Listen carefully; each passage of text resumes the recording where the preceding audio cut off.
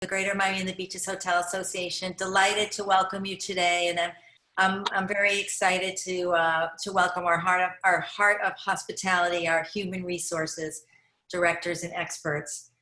I wanted to share with you a couple of upcoming events. There's actually one, just as a reminder, this afternoon for all of our Miami Beach properties. We are grateful to be in partnership with Forbes Travel Guide. We've been partners with them for years, and they have a virtual training for frontline workers this afternoon at 3:30 p.m. So if any of you are interested in that and you don't have the e-bite, I know Fahima has been sending it out, just let us know. And all the training is free. So it's really been a wonderful partnership with them. I'd also like to share with you, we're very excited about two grants that we have been very involved with. And one is the second edition, I call it, of the Sobe Wine and Food Festival FIU hotel. Well, it's actually for restaurant employee grant. It's $500 check, and it's $5 million that we got that from Miami-Dade County through the CARES Act. And so we have the opportunity now for our hotel restaurant employees to apply for that. And that just came online, I think about 10 days ago. It's going quite well already.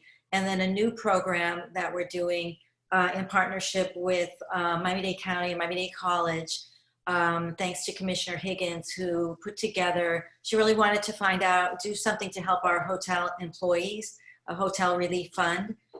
So she was able to get $3 million from the county to fund, also fund a training program, a 2-day training program with Miami-Dade College, virtual of course. And it's not only about hospitality, but it's also about other resources, other opportunities too in the jobs industry, because, you know, hospitality, as we know, has been hardest hit. So they get a $1,000 stipend.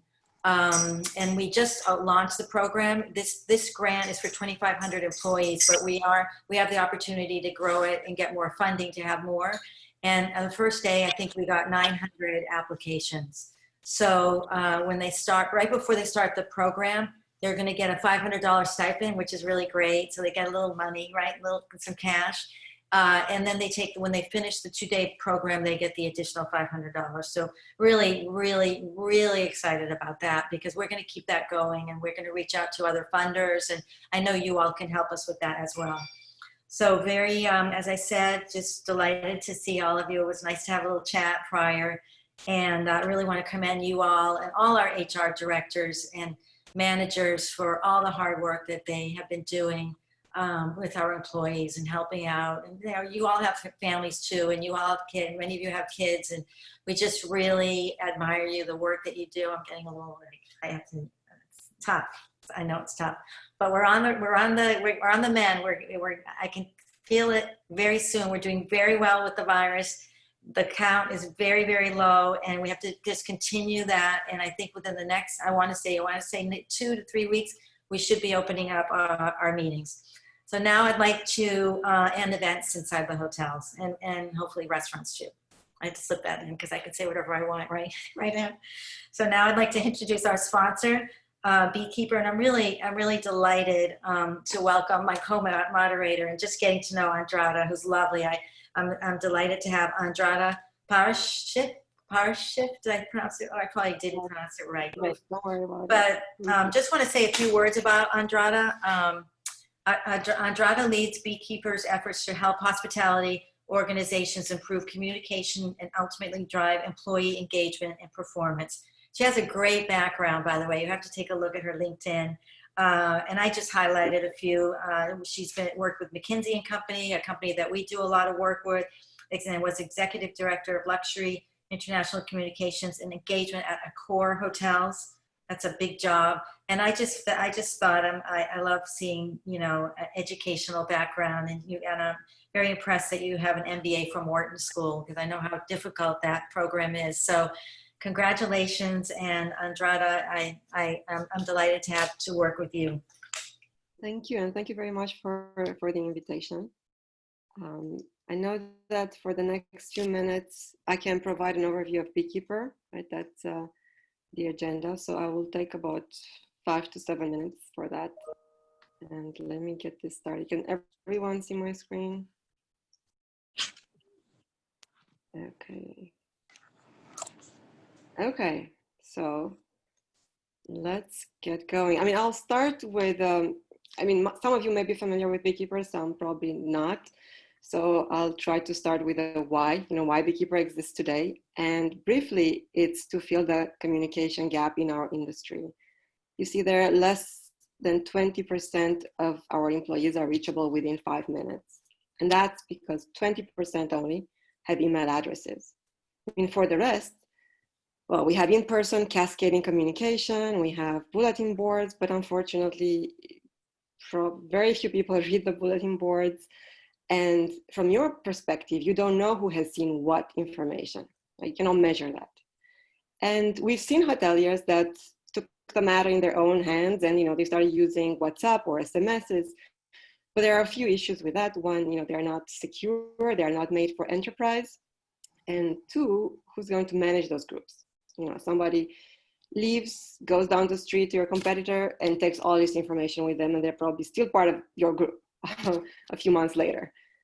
And without an email address, it's not only information that they don't have access to, but it's everything that you would have on your intranet. So systems, SOPs, employee handbook, benefit information, anything, they cannot access it. So you'll have to print papers usually and bring it to them. So there's a gap in communication, and now you overlay a crisis and pandemic on top of it, right? Well, and Andrada, we can't see the presentation. We see your notes too. Oh, sorry, you see the notes? Yeah. So we see both. We see the presentation in the back. Oh, okay. Yeah. So now we can see the presentation. Okay, that's good. Perfect. So, yeah, you should have said that earlier. Thank you. Okay, so there are 3 areas that I want to talk about, that were brought about by COVID. So first one is the new cleaning and operational protocols. These keep changing frequently, and they have important consequences. If you don't get them right, if they are not being implemented, properly, somebody can get sick, or there can be an outbreak even at your hotel, right? Number 2 is physical distancing constraints. And here you see a plexiglass. Whether we want it or not, the way we interact or we communicate with guests and employees has changed. And imagine, you have this stand-up meeting with the manager speaking from his notes, and then you have lots of people in a room. And for most of these employees, English is not even their first language. I mean, it's hard, that. If English is not your first language, you're probably not going to get much out of the information that's trying to be communicated. And then third, it's employee engagement. For most of these employees, the jobs they signed up for, even 6 months ago, are different or were different from the jobs they have to do today. And wearing a mask alone, nobody signed up to wear a mask for 8 hours a day. So engagement was a difficult thing to achieve even in the best of times. I mean, a few years ago, Gallup was saying, 30% of our employees are engaged and 70 are not, 70%. So now it's even worse, with the pandemic, and we have to work harder to keep the employees engaged. And the cherry on top is that half of our employees probably are not even on the property. So how do you engage them when they are not even on the property? So, okay, sorry, let me go. So what is Beekeeper? Beekeeper, the way we define it, is the single point of contact for people, processes, and systems on the front line. In other words, it's a hub for the frontline employees who don't have other means of communication, right? You go there, it's an app on their phone, can also be accessed on the desktop, but on their phone, on the app, they can access the communication from the leadership, they can talk to their peers via chat, they can see forms, digital documents, they can see their schedules, and they can have shortcuts to any important tool or benefit information that you think is important, they need to have access to. And the good news is that it's easy to use. So we typically get 80% adoption with the employees. And it's also easy to roll out. So from your point of view, it's not difficult, within 48 hours, it can be rolled out. And at the bottom, you have a few awards that we have got in the past 3 years. I just wanted to highlight some of the use cases that are really hot today. And I have to say that since March, we've seen a spike in demand for Beekeeper, and it kept going strong because hotels seem to be really struggling with this communication piece under these circumstances. So the first one there is to reach all employees instantly, whether active or furloughed, in their language of choice. That seems to be the #1 problem. How do I get to everyone, especially the furloughed employees? And how do I make sure they really understand me without me, translating into different languages? #2 is comply with physical distancing requirements. So basically any paper trail that you have, documents, checklists, any forms, for name tags, they request name tags or vacation days, anything like that can be digitized in Beekeeper. And so that not, 100 people have to touch the same binder or the same piece of paper.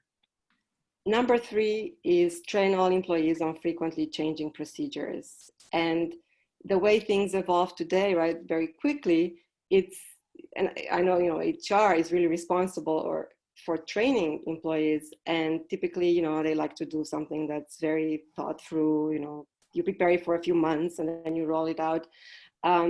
But things change quickly, could be from 1 week to another. And the way you can do it in Beekeeper, let's say, and here's an example actually on the screenshot, is you can post a video of how to make the bed. Here's how you have to make it in light of the new regulations.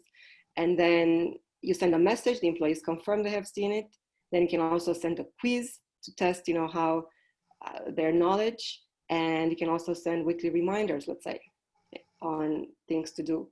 And this can easily be changed, in 2 weeks if the information changes or the protocol changes. And #4 is engage and motivate teams through these uncertain times. And it's a lot to do with recognition and showing how their work is important and appreciating them for their hard work in this time. And the last point, which is really important for Miami, during this hurricane season, especially crisis communication, what we've seen some of our customers in Miami use Beekeeper for is, when a hurricane comes, they can send communications quickly. They can see who has seen the communication, so they don't have to call all of their employees, but only the ones that have not confirmed that they have seen the information. So that really saves time on their part to communicate with the employees. And here, this is a broader use, right? I mean, Beekeeper can be used, was used before COVID and will be used after COVID. And here I try to put this along the employee life cycle. So from talent acquisition to exit interviews, there is something you can leverage in Beekeeper to help you with, with the employee life cycle. And I've already talked about learning and development and recognition. So I'll just focus on 2 areas in the interest of time. So one is onboarding. So for onboarding, you can schedule messages for any new employee. So let's say day 1, they get a message from the GM or the CEO of the company. Day 2, they get a message about your values and mission and vision. Day 30, let's say they get a survey as to how their onboarding experience was. So you can really tailor, and automate everything so that everybody has the same consistent experience. And then the last point I want to touch on was benefits. And a lot of times companies have great benefits, but employees are not really aware of them. And I know the most popular ones are the room discounts, at least at Fairmont. Everybody, that's what they wanted to see, the employee discounts for rooms. And Beekeeper is a place where you can post all of your benefits and, including promoting the open enrollment. I know that's a pain for a lot of HR professionals, getting everyone to sign, knowing what the deadline is. So you can really promote these and use it for this purpose. Now, I will stop here on this. This is a list of customers. It's not exhaustive, but in my only point is, we have a few in Miami area, and actually 2 customers on the panel today, Intercontinental Miami and SH Group, so Tavia and Leonie, or Leonie and Tavia. And all sizes, all types of customers. And if you have any questions, I don't know if we have time today at the end of the session. If not, feel free to contact me. And thank you, Andrada, so much. And, we really appreciate your Allied Upgrade membership. And it's in the timing, I think, for you to be involved with us is really, really a great resource for us. So we appreciate that. So now we're going to start our conversation. And what I'd like to do is just, I'm going to call you, all the HR leaders, and just, share a little bit about yourself, with us. It doesn't have to be everything on the resume. You can tell us some secrets. We love secrets, And I'd also like to ask you to think about if you could go on vacation. We'll do this at the end, this question. If you can go anywhere in the world on vacation after this webinar, where would it be? So think about that. So let's start with Alain Martinez, Vice President of Human Resources at the Biltmore Hotel. And Alain happens to be sitting in the Granada Ballroom, which I have many memories. I was sharing with him when I was Director of Catering Conference Services at the Biltmore many years ago. So how are you doing today, Alain? And share with us a little bit about you and your world and your background. Good morning, everybody. My name is Alain Martinez, and I represent the historic Biltmore Hotel. I am been an HR professional for over 20 years, and I have worked in numerous industries within the hospitality industry, including hotels, restaurants, and casinos.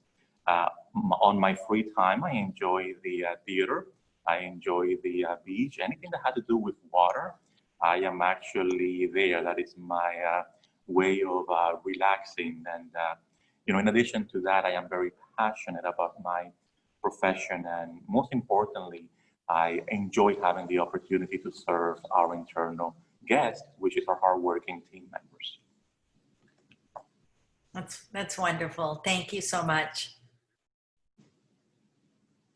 So now I'd like to introduce Leonie Timothy. Dear friend, we worked together for many years, right? Yes. Good morning, everyone. Thank you, Wendy, for inviting me to the panel.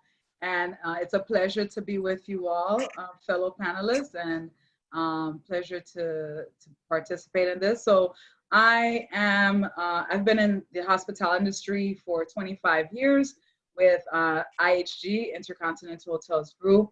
I'm the Human Resource and Talent Development Manager with the Intercontinental Miami. I told everyone earlier, I accidentally got into the hospitality field. I walked in, thought that I was going to be working, part-time while I went to school for a bit, and then out of hotels. And then I fell in love. I fell in love with the hotel, fell in love with the industry, the people, and I have many family members now, individuals I consider to be family. But the main thing that I was passionate about was the fact that we're serving others, and we're assisting others, and we're making others happy. Whether it's our colleagues or our guests, we're there to serve them, and we're giving them something that they didn't expect, and we're making their lives easier. So I enjoy the industry. Also I'm part of the Academy of Hospitality and Tourism with Wendy. I'm on the board with her, and also the program chair for the South Florida Hospitality Human Resource Association. I'm a mentor through several organizations, and I look forward to speaking with you all and sharing my thoughts. Thank you so much.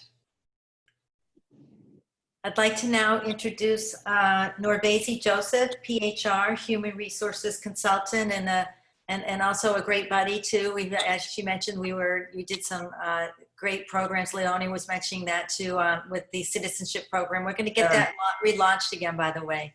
Great. Norbezi, share with us what's going on with you.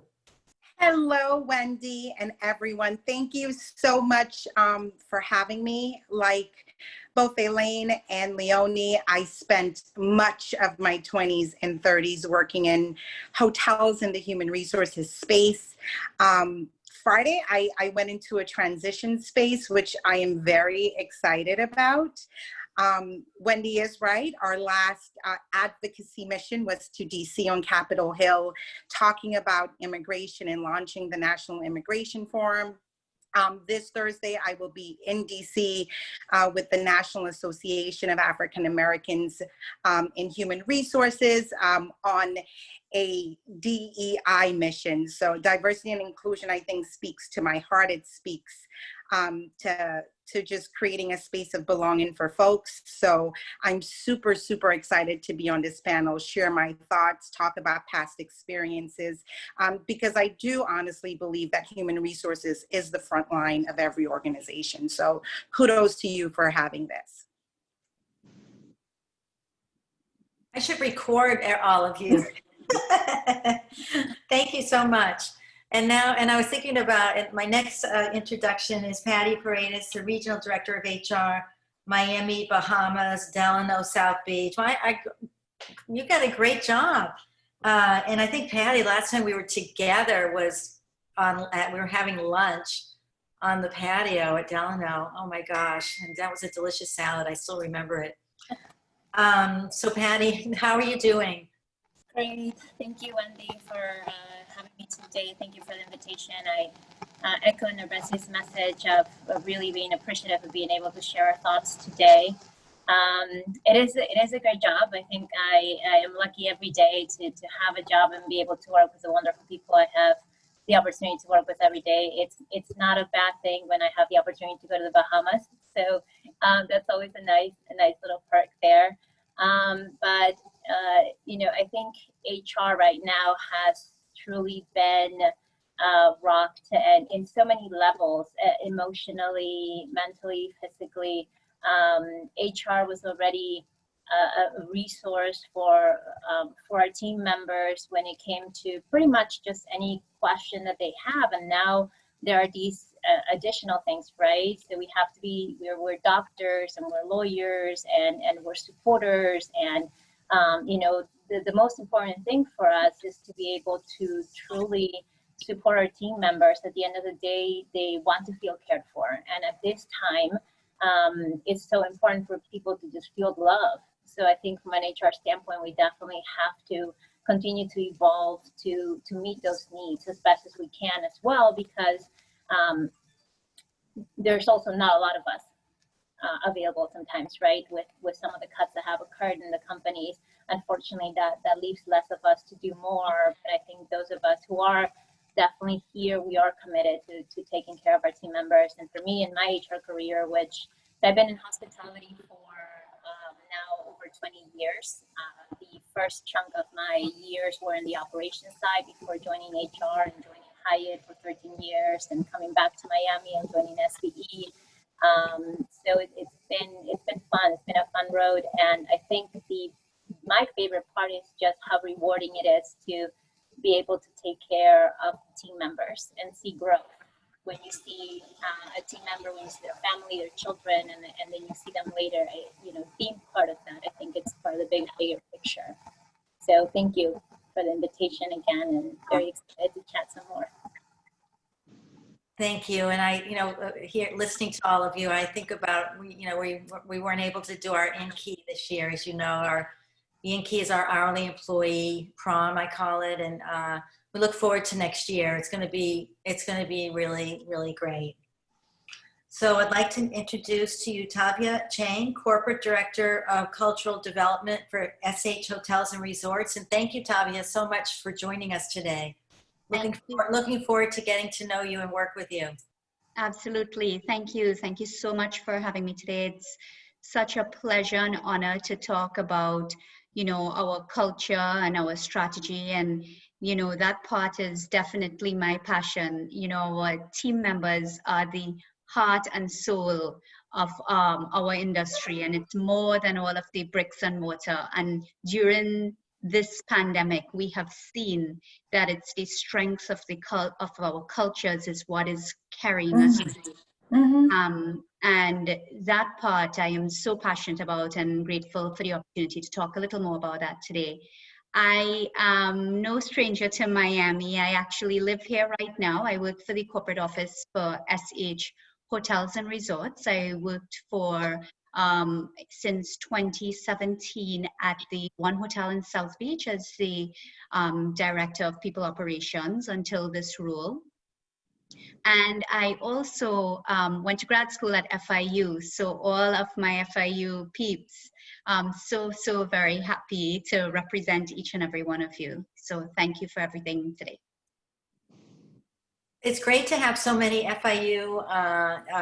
You're all FIU, right? And and just to remind you that Rocco Angelo's 89th birthday is going to be virtual. Yeah, it's going to be virtual.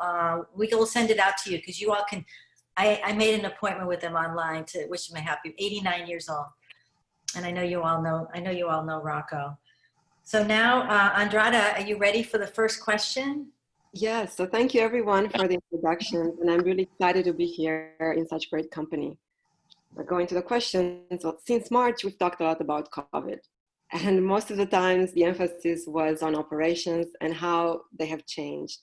And this webinar is about HR, right? And I think somebody mentioned before that it's great that you have the opportunity to share about, HR's struggles and successes, in the past few months. And so when COVID hit, furloughs and layoffs happened. And okay, maybe happened is not the right word because you put in a tremendous effort to make this happen, right? To have this in the first place. And now you are putting a lot of effort into hiring and bringing back people from furlough. And today in the industry, we still have a big part of our workforce that is at home. And we talked about communication and engagement being a challenge when employees are on property, but not being on property makes it even more of a challenge. And I'll go into the question, how do you communicate with employees that are still furloughed? And what do you find most challenging in keeping these employees engaged? Alan, would you like to start on this question as well? Actually, I'll start. Considering I am one of those employees, those individuals who is at home. So, but the hotel has, and we all have maintained communication with each other. We use apps and also through phone conversations. So those are the main ways we communicate. We share I share trainings that I find. We share what benefits are out there for the team. We share birthdays, anniversaries, occupancy, what's happening in the hotel. So we share that with the team to try to keep them engaged. But it can be challenging because they are at home and they're going through various situations. And we don't know if they're signing on or not. Some may not. So that's why we also have phone calls. We're available for phone calls with the team members because not everyone is going to log on or sign on to the apps to see and check what's going on. So also putting different items, different initiatives, different topics on the app as well that may engage different individuals. So those are some of the things that we're doing. Yeah. Much like that, I think also what's important is for team members who are on furlough, we don't want them to feel forgotten. I think that's sort of the killer of engagement, right? That someone feels that because they're not present, so we have to make our presence. And how do you do the fun things as well? At one of our properties during furlough, we did a virtual scavenger hunt from one of the hotels, and that went over really well. And if anything, it's just smile, asking for team members to share pictures of them and their families so we can share with the group. Like Alan said, sharing these special occasions like birthdays and anniversaries and continuing to celebrate all those things that we would have celebrated on property in order to keep everyone engaged. And the most important part, I think,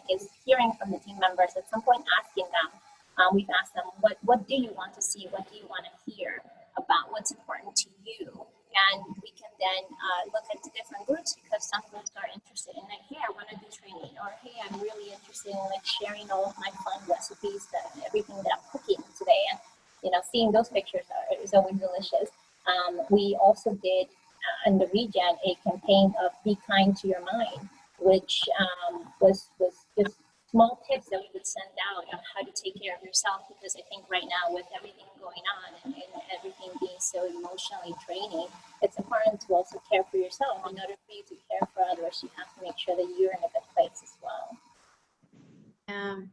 100%. And, as we go through it, it's so important to speak to their hearts. And we know that we will get out of this. And one aspect, using the communication tools that we have, we actually use Beekeeper, and using the communication tools that we have, we try to figure out ways that how do we still enliven our culture and bring our brands to life, so that our team members, upon return, would be able to execute and still have all of those pieces. And at SH Hotels and Resorts, our culture is truly about being more than a brand, but a cause. And this whole situation has really given us an opportunity for our team members to stay together, do it together by being apart. And a nice example is that we organized our beach cleanups, where the teams did their own. One South Beach did one last week, and it's obviously following all of the social distancing guidelines. But at the same point in time, when there is a forum, such as, for example, within Beekeeper, it looks a little bit as an Instagram feed or something, but it's close to your team. And when we have that opportunity of teamwork, that even if you're apart, you feel connected. It's all about that connection. And really, that has been what the people operations focus. And I think the challenge with human resources, all of us, is how do we keep those emotional connections? Because that's what hospitality is really about. I think Tavia and Patty and all of them are absolutely right. I also believe that COVID kind of exposed where your gaps were from a cultural perspective, right? Organizations or hotels that had a pulse, that knew who their most vulnerable employees were, that realized whose mom was diabetic, that, had that information, it was so much easier for them to continue to stay engaged. So Beekeeper is an amazing tool. All of these things are great tools, but your housekeepers aren't necessarily on Instagram. So who's picking up the phone to have that conversation with that housekeeper that is diabetic? How are we creating experiences for our team like we did for our guests that's personalized, that's individualized, so people truly know they matter? So all these tools are great, fun is great, but it's a people crisis. It's not only are you dealing with, hey, when am I going back to work, but you're also dealing with the space of, can I possibly get sick and can I die? So that human component that Patty touched on, of picking up the phone and calling and knowing your team so you can meet them where they are, is also a super important piece. I think it is imperative to communicate with compassion and empathy and speak with the truth. The livelihood of these employees continues to be affected, and we as HR professionals might be the only person providing them with hope and with care. Ask how they're doing, how their family is doing, and most importantly, ask how we can help. We need to understand that this is a difficult time. It's a new situation with many challenges. Communicate with transparency and honesty. Provide the information you know as well as what you don't know. I tell my HR colleagues, it's okay not to know everything. Just let the employee know that we will get back to you with a response to this.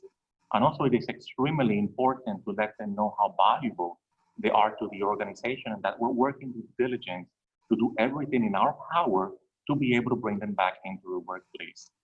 I find that the most difficult component in engaging furlough employees is that they no longer feel a part of the organization.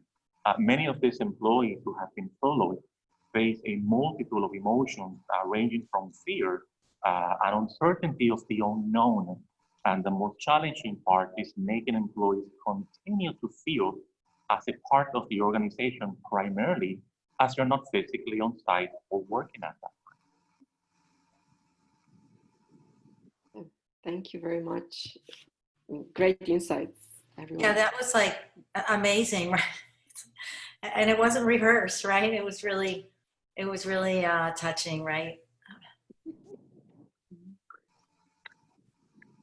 So as you know, we partnered with Miami College with a COVID-19 training program and, for our employees, and just wanted to ask some of you, that were involved, how you enjoyed it and was it helpful? And, we were very grateful to have this opportunity to do it with the college and the county and share the guidelines. So the guidelines was really the textbook, right? I mean, it was the textbook. And we did have a virtual graduation, as many of you know, and that was really, really impressive. So, why don't we start with Leonie on that and talk about the program?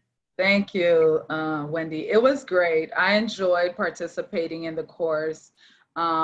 Again, even though I'm at home, I said I have to participate in everything. I have to see what's going on because I do continue to communicate with many of the team members, and I want to be abreast of what's taking place.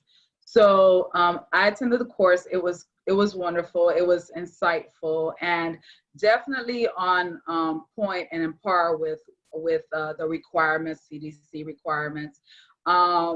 It served as, for Intercontinental Miami, it served as an enhancement to what we currently have.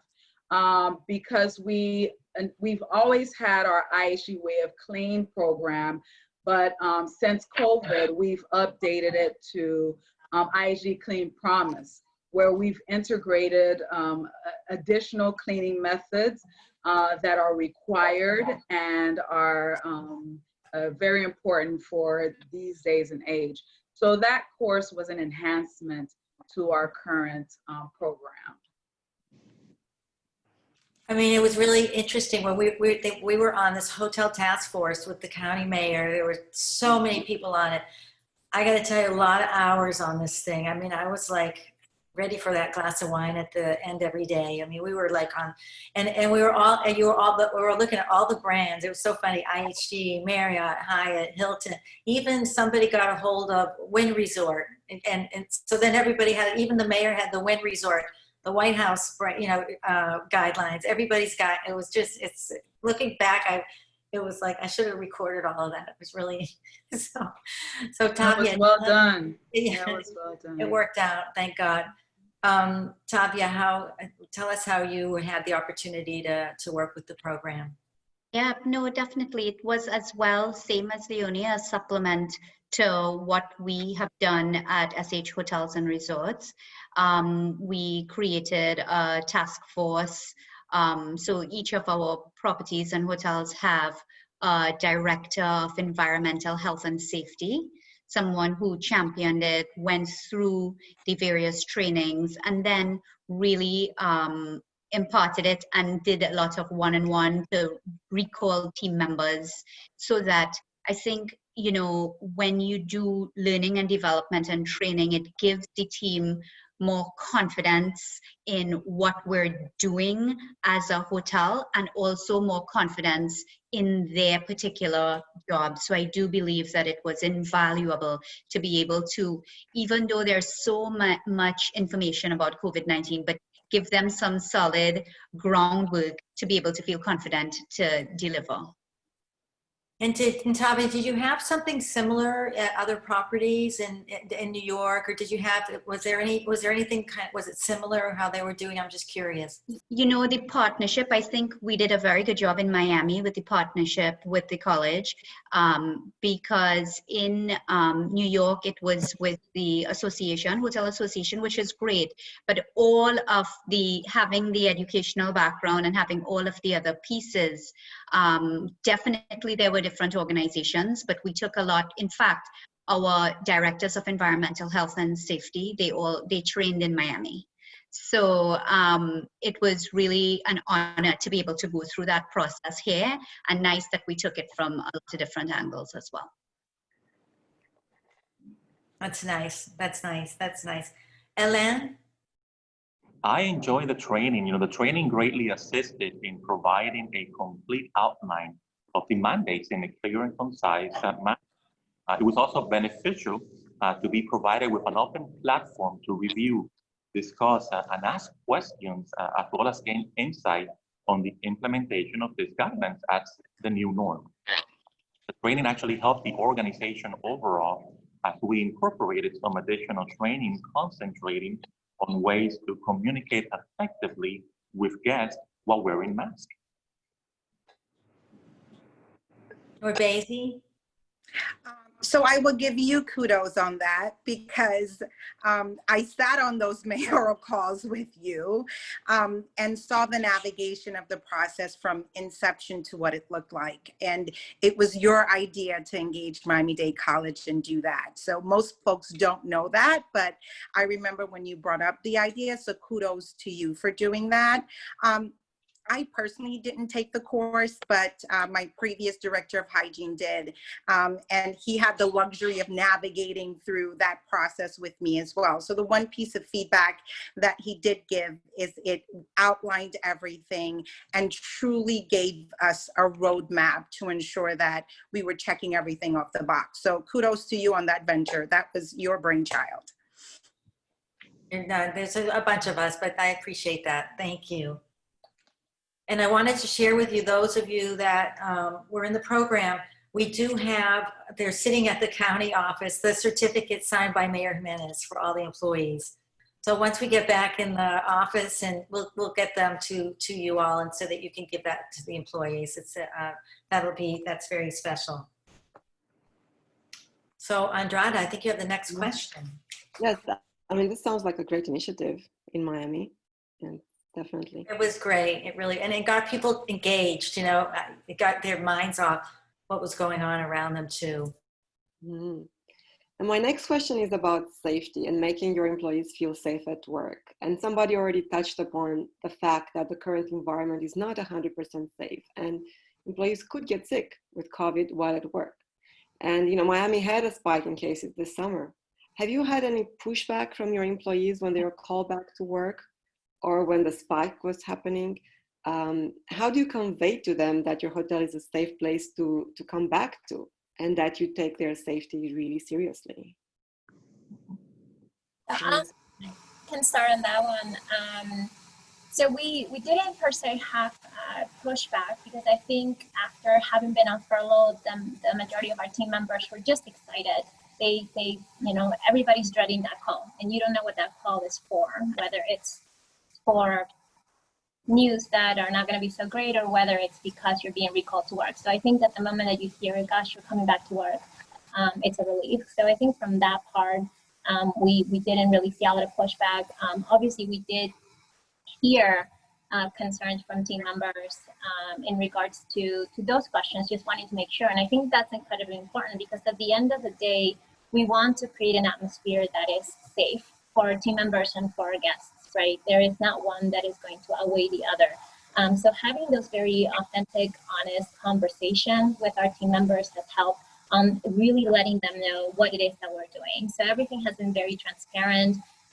Information has been posted, everything from training, from guidelines that are coming from the CDC, the city, from the great tips that Wendy sent out. So everything has really been put out there for team members to see. We're doing everything possible to follow as many of the recommendations. We're erring on the side of caution. We're just trying to make things easy for the sake of making it easy and putting anybody's safety in jeopardy. So we are going to take that extra step to make sure that you feel safe.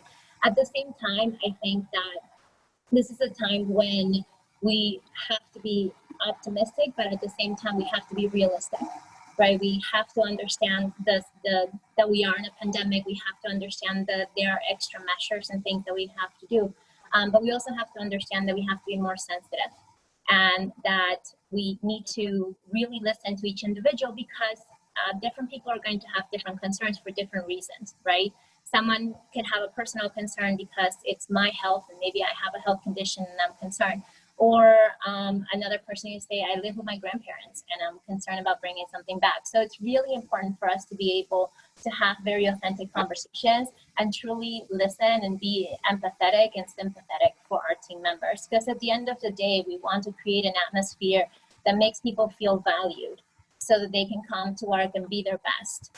And feeling valued is not just a rah, rah, rah, but feeling valued is truly knowing that someone is listening to you and cares about you and your concerns specifically, and you're not just a number. So I think on our end, I think the HR teams and all of our properties have done an outstanding and exceptional job at having those personal connections, those relationships, and really understanding the team members so that they can cater to those conversations and demonstrate a lot of care at this time, because I think everybody just, for lack of better words, just needs a hug, an air hug, just something that makes them feel good, because we all have our own realities that we're dealing with, and everybody's dealing with it in such a different manner. So I think on these cases, communication, clarity, transparency, care have been crucial to taking care of our team members. Tavia, I see you nod. I just unmuted. I totally agree. You know, being as transparent as we can is the way that we win the hearts, and we share, and we have the opportunity to hear what's really going on with our team members. And when we know what's really going on, we can be able to tailor the experience for them to ensure their safety. An example that we did, we of course did one-on-one calls to everyone who had to return, answered their questions specific to them. We did do a lot of training online as well. But what I thought was we got a lot of valuable feedback is right before our team members returned to work, we had a town hall at One South Beach with the general manager and actually did a Zoom arrival experience and a journey through the hotel remotely. We had over 400 team members within the 2 calls that just dialed in to see what we're doing. What does the hotel look like? What does it look like when I come to work? Where can I get my PPE? And, you know, those pieces of it, when we followed up with our one-on-one calls, we were able to address, there will always be fear. We're in a pandemic right now, but at least to be able to address those pieces and have those conversations with our teams. All about that transparency and clarity. I agree with you, Patty, 100%. We have had some employees express their concerns in reference to exposing themselves and their loved ones to the virus. A few of the employees have pulled back and have been unable to return because they have children who are attending school remotely. And you know, we explain to them and we communicate with them and let them know that the hotel is taking all necessary precautions, remaining abreast to the guidelines and recommendations of the CDC and DOH. And very importantly, listen to our employees on how we can further enhance our practices to make sure they feel safe. You know, the hotel continues to inspect and re-inspect and disinfect all areas, including rooms, offices, spas, meeting space. And we also regularly update a safety precaution document that is on our website, which is available to both our employees and our guests. I think Alan just touched on something really important, which is that level of flexibility as well during these times with our team members. As you mentioned, when there are specific, when there's specific feedback or concerns that are given by team members, to really be able to understand what that is, to give flexibility, whether that means, okay, maybe I want to stay home for another week, or I want to try to work from home some days, or I have this specific concern. How do we work around this? I think that flexibility point has also been very important nowadays. I think similar to Line, the hotel has had mixed responses. We've had colleagues and individuals who have been excited about returning and ready to go. And also once they see the measures that have been put into place as far as the adhering to wearing the mask, the social distancing, even during meetings, having the fact that they receive daily meetings, daily interaction of what's going on, what's the next place, what's new, a new initiative that's taking place within the hotel, and also getting feedback from them. Once they see that, they're more comfortable being in the hotel. But we also have had individuals who stated, well, I have elderlies in the home who are high risk and they're worried and concerned. We've even had colleagues who said, well, I've already started my own business. So, and we're going to get many individuals who tell us that as well, whether they've found another job or they've started their own business. So we have to be prepared for that when it's time to rehire all the staff that we need within our properties. I echo a lot of what these professionals and experts have shared. It truly is a fluid situation. And I think being able to pivot is the most important thing, and having those honest dialogue with our team. They're the ones out there with the guests. They're the ones having those conversations. So beyond being flexible, beyond showing care and empathy, having a space where they can share feedback. So as an organization, we can make changes and pivot. I think one of the great things that my last hotel that Hyatt did was, employees took a pulse survey every day, really quick 5 questions, just to share feedback in the day for the day. So if there are changes that need to be made, we don't find out about it a week later or a month later. It happens day to day, but being completely open and transparent with folks that, hey, this is a fluid situation. We're going to have to do it together. If things aren't working, let's have those conversations so that we can flex. Being able to be flexible with the team, like Patty said, culturally, the situation that we create now will definitely dictate success when this passes, right? How we deal with these situations today, how we engage, how flexible we are, do we listen, do we care, truly creates that employment brand 6 months from now when we're out there looking for people.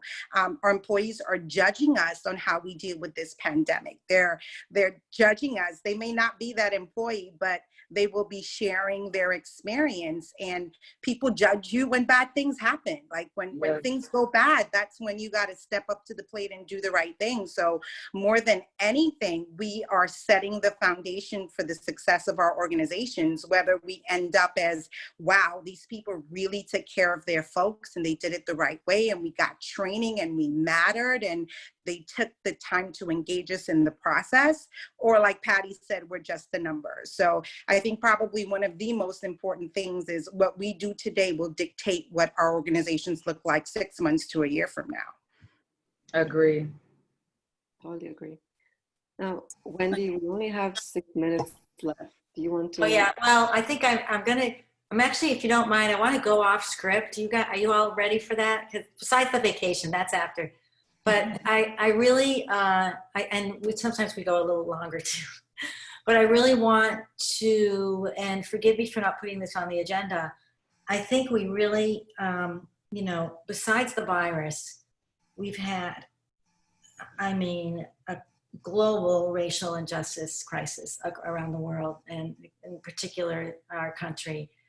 And, we have the opportunity, our industry, and I'd love to hear from you too, Andrada, just thoughts that we've got an amazing opportunity. Norbezi and Leone and I have been involved for years with this, citizenship program, which was really amazing. And I think we have an opportunity to really work together with FIU and with Miami-Dade County Public Schools and with Miami-Dade College, this GMCVB. We've all had discussions on on, you know, the advantages of the employees that we have, and how can we work better at really promoting, you know, a lot of our hourly employees, you know, to get them to be in leadership roles.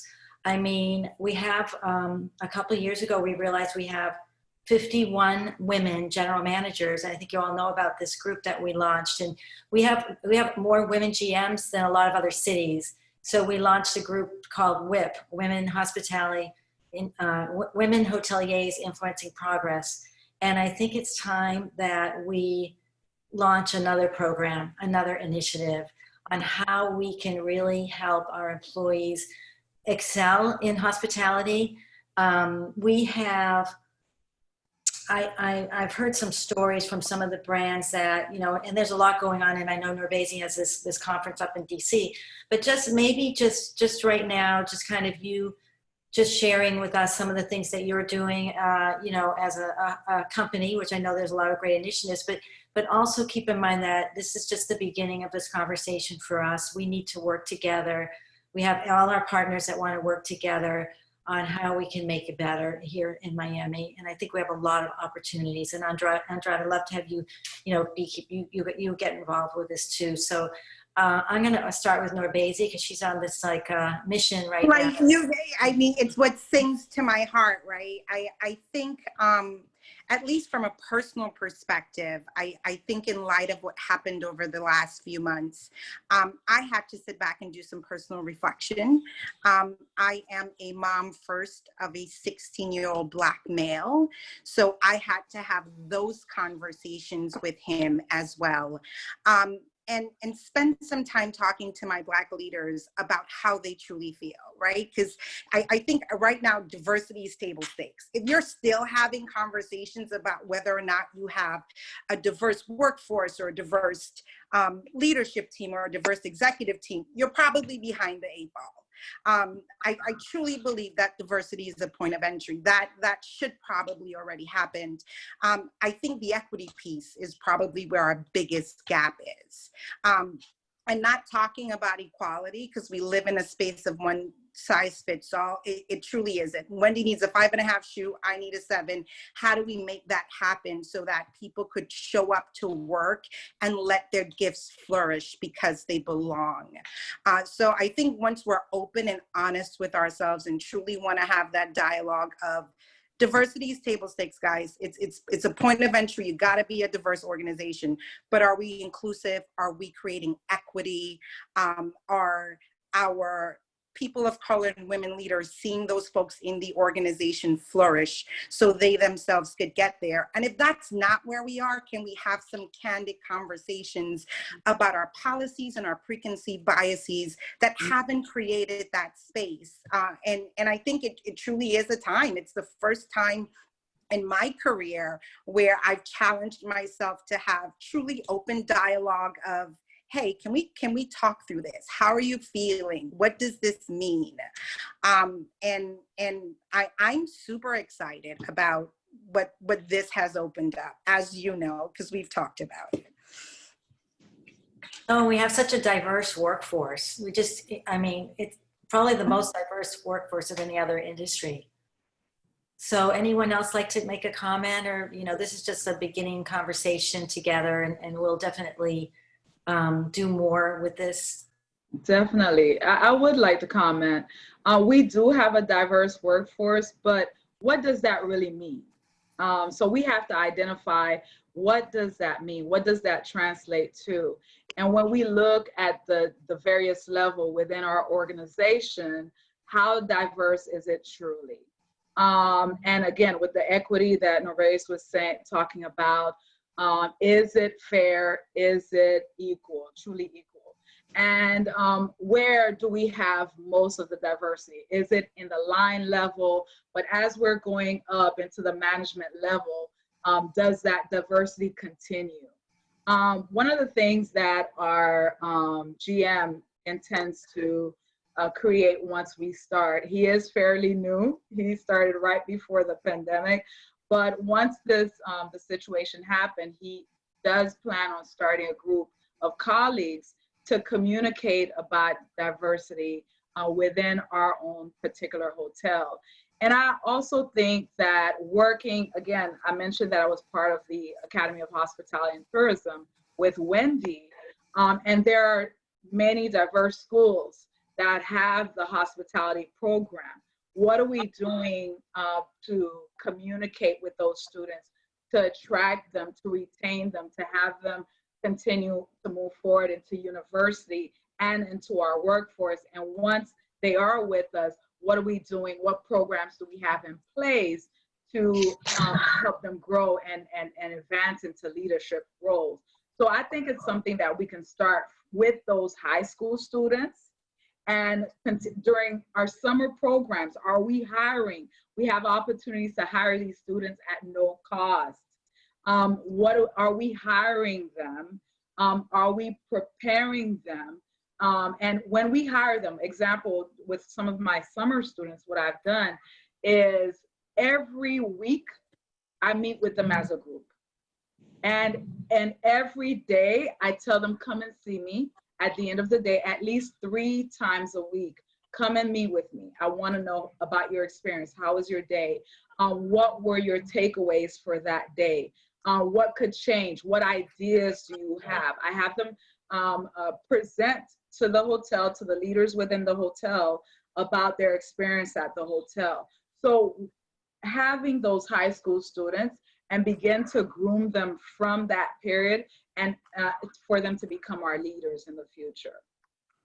I can't say how much I love everything that Narbesi and Leonie have shared.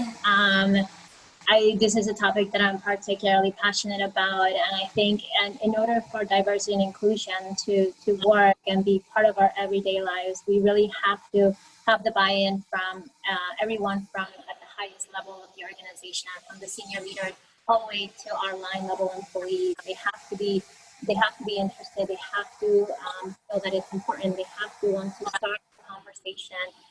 We need to have those honest conversations surrounding diversity and inclusion. Sometimes they can be uncomfortable, but we need to put that aside and truly, again, listen to our people. Representation matters. And that's just the bottom line, but just fulfilling targets or numbers or goals doesn't resolve the internal challenges of an organization in order to really make that next step forward. So I think, to echo what these beautiful ladies have said, I think this is a time when we have that opportunity to bring this to the table and have those conversations. And on my end, I've tried to have some of those conversations with some leaders who have reached out. And the more educated we are, I think the better conversations. And sometimes that education comes from us researching, but also sometimes that education comes from our team members when we really hear them and hear their stories, because everybody has that story to share because of who they are and what they have personally experienced. So I'm excited to continue that conversation, Wendy, and I certainly hope to continue to be part of that in the future. So thank you for bringing it up. So I'll say one thing, and then I promise I'll get off my soapbox as in relates to what Leonie said. And I know sometimes we hear these things and we jump on the bandwagon. Yes, go out to the schools and recruit, but make sure when these kids end up in your building that there is a level of understanding. Find out what their home situations are. Find out what they're going through. Find out how you can help them be the best versions of ourselves, because we get so caught up in our day-to-day activities. The minute someone makes a mistake, we check that box and we're in HR and it's like, oh my God, it's costing us more time to train this person. You are placing value in a life that will change the landscape of our industry and make us just more attractive, because our customer base is even changing. In 10 years, our customer base will no longer be the same than what it is today. So I challenge the folks on this call, as you have these conversations, as you look at some of these programs, don't just check a box, truly invest, because it's going to take some work. It's going to take, how do I sit and no one's ever talked to this person about how they show up to work. This might be the first time they're catching a bus. How do I have a level of patience to help develop an individual? You're part of that growing phase. So I just wanted to add that, because it's beyond the programs. Yeah. It's truly taking time to invest in a generation. I agree. Those conversations are important. They're vital. Some of these students, some of them have never been into a fine dining restaurant. You know, taking them to your fine dining restaurant, if you have it in your organization, if you have it at your hotel. Yes, sitting down with them, finding about their lives. And I've found plenty, and you give them direction as well. You help them identify their likes, their dislikes. And it's very, very important that we do that with all of our team members, all of our team members. 100%. And it's so important, even, as the culture carriers, and that we acknowledge it to the teams. We acknowledge the issues. We acknowledge we have places to go. We have actions. We have a duty to society as steering minds of the organization. And then the next piece is then when I agree with you, Leonie, that we do have a very diverse, we're lucky in hospitality that we have a very diverse workforce. But when we look at the levels, how are we enhancing our mentorship programs? How are we looking at our, we have something, a program called SH University at SH Hotels and Resorts, where we look at things from high school GED diplomas all the way to helping to earn a degree, and then even working through with study.com and giving always a consistent area of supplying one-on-one mentorship as well as any other resources, because as all of us agree, there is clearly a lot of work to be done to change the landscape, and we all are called to action. Yep. And I totally agreed with what my colleagues are saying. I strongly believe that if we are a diversified workforce, we're going to be more successful. There's no question about it. And be able to provide also training and succession planning for all employees across all levels, that's extremely important as well. So this is obviously a topic that's larger than Beekeeper, but Beekeeper can help with the inclusivity of the workforce part. Right? So what we've seen, and that's one story, one time Mandarin Oriental, when they rolled out Beekeeper, they had a mute and deaf person, right? And then when he saw he could finally communicate and he started sharing, things about his family, and nobody had ever heard from him before because he couldn't talk. And that goes also for people that don't speak English necessarily, right? And they have a voice, they can share and connect with the others in their own language. So that's what Beekeeper can help with at that level. There were two comments or question in the question answer. I don't know if you all noticed there as well. Do you want me to read them?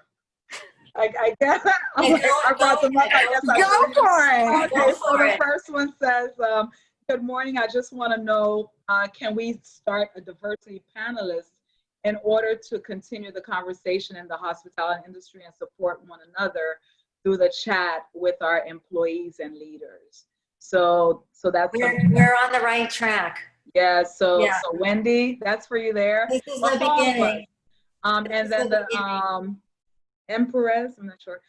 Every department manager is cooking a dish, and we will have a street food event where all the employees would come and eat from any table. We will create a competition for them to vote on the best dish. So that, I think that's someone else who shared what they're doing with their team as well.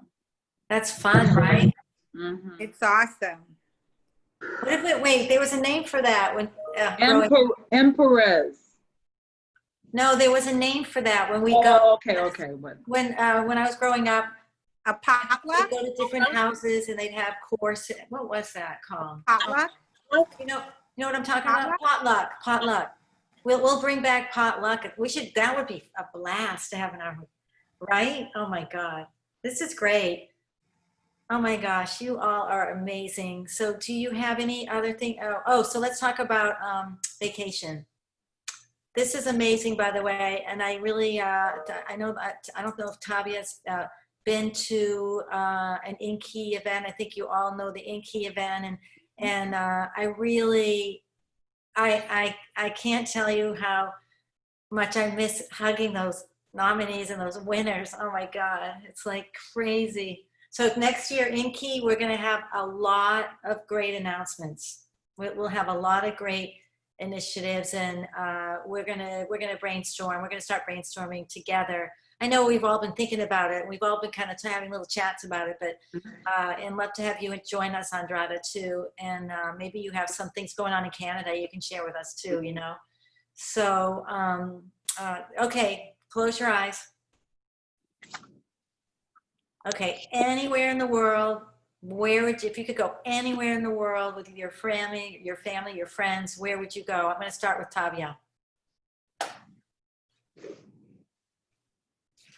Just on mute. I will go back home to Trinidad. I think Oh yeah. I'm craving I figured. Yeah. vacation. Yes, I'm gonna pick that. Borders has been closed too long. That's great. That's great. Mhm. Alan, what about you? I would love to take a 2 weeks cruise. As I mentioned earlier, I love the ocean.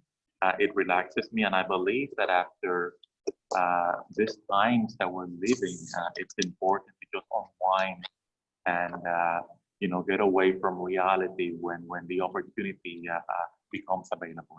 Do you have a particular cruise that you're thinking about? Not as of yet, but I do want to go to Europe this time around for a nice long cruise. Wonderful. Andrada. Yes, I mean, I'm based in Toronto, right? So I think Miami would definitely be on my top priority list. I have 2 young kids. So it's not a long flight. And I think we're ready for not all inclusive, just to, hotel and yeah. Oh, sorry, that's my dog. He's telling us where he would go. I know, right? Oh my gosh. Sorry about that. Leonie. I would spend a month or 2 traveling to a few countries in West Africa. And I would love for everyone who's here, who's attending and who's not part of the panel, to share on the chat, where would they go? I want to see where they would go as well. That's a great idea. Let us know where you want to go. And if you do want to stay in a hotel in Miami, let us know that too. Come to the Intercontinental Miami. Norbezi. I'll be tagging along with Leonie. I guess we're on that trip. I think West Africa, Kenya, Botswana is on my bucket list. So yeah, that's where I'd be headed. Let's do it. And Patty? So I think Barcelona is one of my favorite spots. The city is just absolutely beautiful, and the food's amazing, and it would just be kind of a nice break to take for a couple weeks. You have someone on the chat who wants to go with you. I mean, hey, let's make it happen.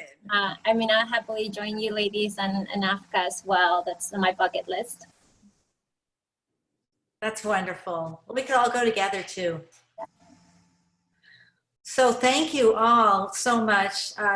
Just wonderful being together, and I really, we really appreciate you taking the time, and looking forward to continuing to work closely with you all to really help our employees and just get back to some sort of normalcy, right? And we know it's the new normal, but just really anxious for the next few months. I think we'll start to see some, as I said, some good efforts in being able to open more of our hotel departments and everything coming up really soon. So really appreciate Andrada and Beekeeper for your sponsorship. Andrada, in particular, just getting to know you and knowing that this is just the beginning, right, of a really great relationship together with you, and Alain, you know, maybe we need to work on more male HR directors, right? Because I agree. I'm off for it. because I don't, yeah, no, thank you so much. And as I mentioned, love where you are right now.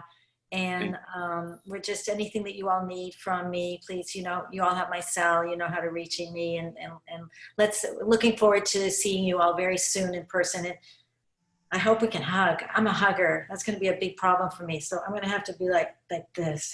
A virtual hug. Virtual hug. So take care, everyone. And thank you all for joining us. I have to see where you want to go on vacation. I'm going to take a quick peek at that. Well, I see Singapore. I see Greece. Barcelona. Australia. Africa, Dubai. Oh, great. Yeah. Great. Thank you, everybody, and have a good rest of the week, and we'll see you soon. Thank you. Thank you. Thank you, Wendy. Thank you, everyone.